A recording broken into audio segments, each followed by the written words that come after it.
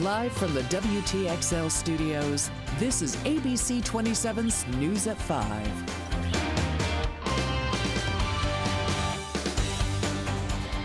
We begin with breaking news tonight. Gadsden County deputies are on the scene right now investigating a suspicious death at the Triple Oaks apartment complex. Good evening, I'm Mika Highsmith. It is happening on the 600 block of Strong Road in Quincy. Foul play, we're told, is suspected. No other details are being released at this time. We have a crew on the way to the scene, and we'll bring you the latest developments as soon as they become available. Well, former President Bill Clinton is on his way to Tallahassee right now. He's campaigning for President Obama. In Your Voice, Your Vote, WTXL's Mark Liverman is live at Florida State University, where Clinton will be speaking in a few hours. Mark, lots of anticipation for this event. Is there a crowd out there forming already? Already a little bit, Mika, a little bit of a crowd, not much, but you can see behind me, people starting to gather, people starting to set up, lights coming up, speakers. We're still a couple hours away, so obviously we've got time, but this place is definitely going to start popping over the next little while. We're just a few hours away. Anticipated start time about 9:15. Now I'm joined here with Erin Eldridge. She's from Organizing for America. And now, Erin, talk a little bit about the importance. We're just a few days away from the election. Talk a little bit about the importance of former President Bill Clinton being here today. Well, this is just such a college-oriented town, and there's so many students and so many people who live here who still haven't gotten a chance to vote.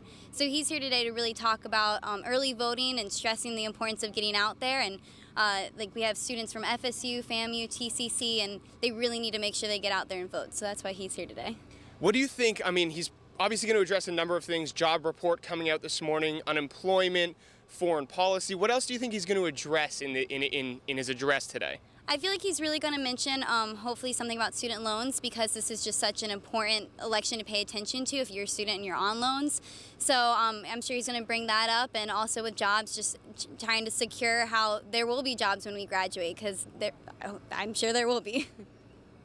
Thank you so much, Erin. Again, we're going to come back at you at 5:30 and a little later on at 6 o'clock tonight. We're live on Langford Green. Lots of activity, lots of people coming in and coming together. So we'll bring you more coverage at 5:30. But for now, I'm live at Langford Green. Mark Liverman, WTXL ABC 27, dedicated to you. All right, Mark, thank you. And of course, we are 4 days away from elections, when voters go to the polls to vote for the next president. As the last weekend of the presidential campaign begins, the Labor Department releasing the last jobs report before the election. The U.S. economy created 171,000 jobs last month, but the unemployment rate ticked up to 7.9%. But at this late stage, analysts and political operatives say it is unlikely this will shake up the race between President Obama and Mitt Romney in any significant way.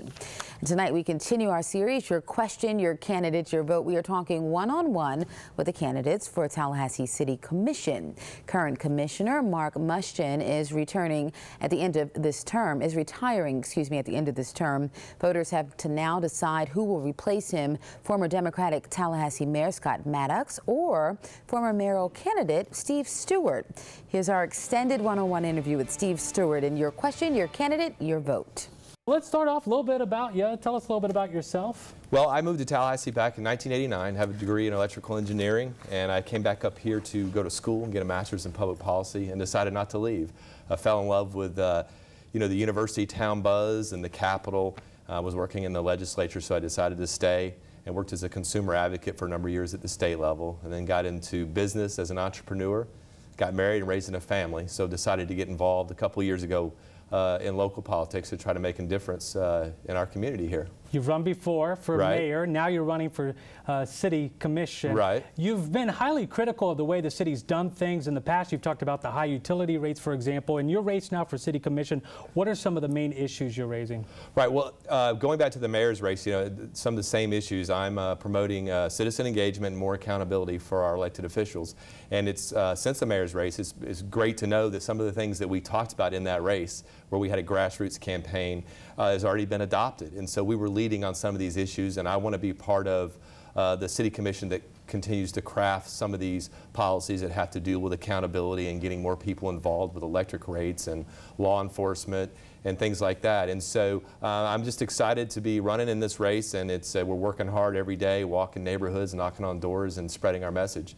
And our website, www.votestevestewart.com, has got all our list of issues and our positions. Well, let's talk about a couple of those issues Sure. specifically. If elected, what are some of the top priorities for you?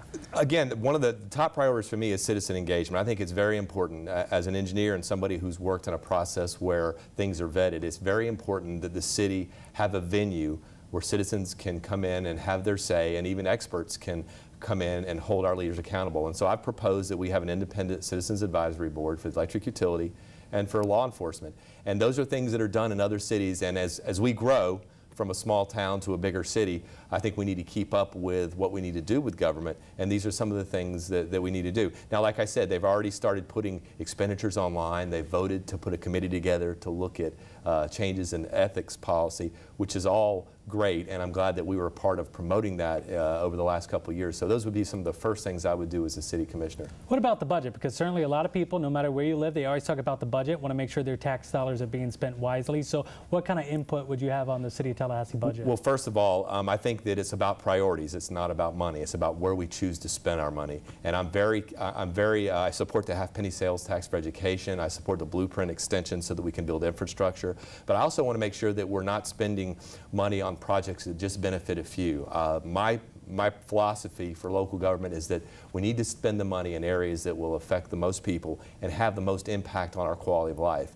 And so again, I don't think it has as much to do with how much money we have, because we're all struggling in these economic times. It's about setting our priorities. And so things that are important for me are parks, community centers, things that local government should be providing. Quickly running out of time, but like every candidate, we want to offer you now 30 seconds for our final pitch. Steve Stewart, 30 seconds is yours now. Okay, my name is Steve Stewart. I'm running for City Commission Seat 1, and I would appreciate your vote. I am not a career politician. I'm a small business owner. I got involved in politics just a few years ago, and I have a record of standing up for the citizens of this community over the last 3 years. And I think with a fresh perspective, we can craft some policies that will set us in the right direction over the next 5 to 10 years. So again, I ask you to go to my website, www.votestevestewart.com, get informed, give me a call if you have questions, but I would appreciate your vote on November 6, 2012. Steve Stewart, candidate for City of Tallahassee Commission. Thank you very much. Thank you. And to see this interview again in its entirety, just check out our website, Wtxl.tv. You can also find interviews from other candidates in this race and the other races on the ballot. Plus, you can also submit your questions for the candidates. It's Wtxl's Your Question, Your Candidate, Your Vote. And coming up in our 5:30 half hour, here from Steve Stewart's opponent, Scott Maddox. Then on the news at 6, we're talking the race for Wtxl County Sheriff with candidate Charlie Creel. It's Your Question, Your Candidate, Your Vote, exclusively on Wtxl ABC 27, dedicated to you. And speaking of the election, the League of Women Voters now joining state Democrats calling on Florida's Governor Rick Scott to extend the window for early voting. Democrats are asking the governor to extend early voting through Sunday. As of now, it ends tomorrow, Saturday. They say because of the record number turnout and long lines, it's keeping some people from getting to the polls. Republicans say it will be unfair to break the law to cater to those requests. And we here at Wtxl are your official election night headquarters. As part of our extended coverage, we have teamed up with Generation Next to bring you more than just the poll numbers and the results, but to talk about the real issues impacting our communities. Local attorney Charles Hobbs with a few friends are going to be at the Brogan Museum talking politics and talking issues with a live audience, and we will be there live as well. So join Wtxl and Generation Next. That's Tuesday, November 6th.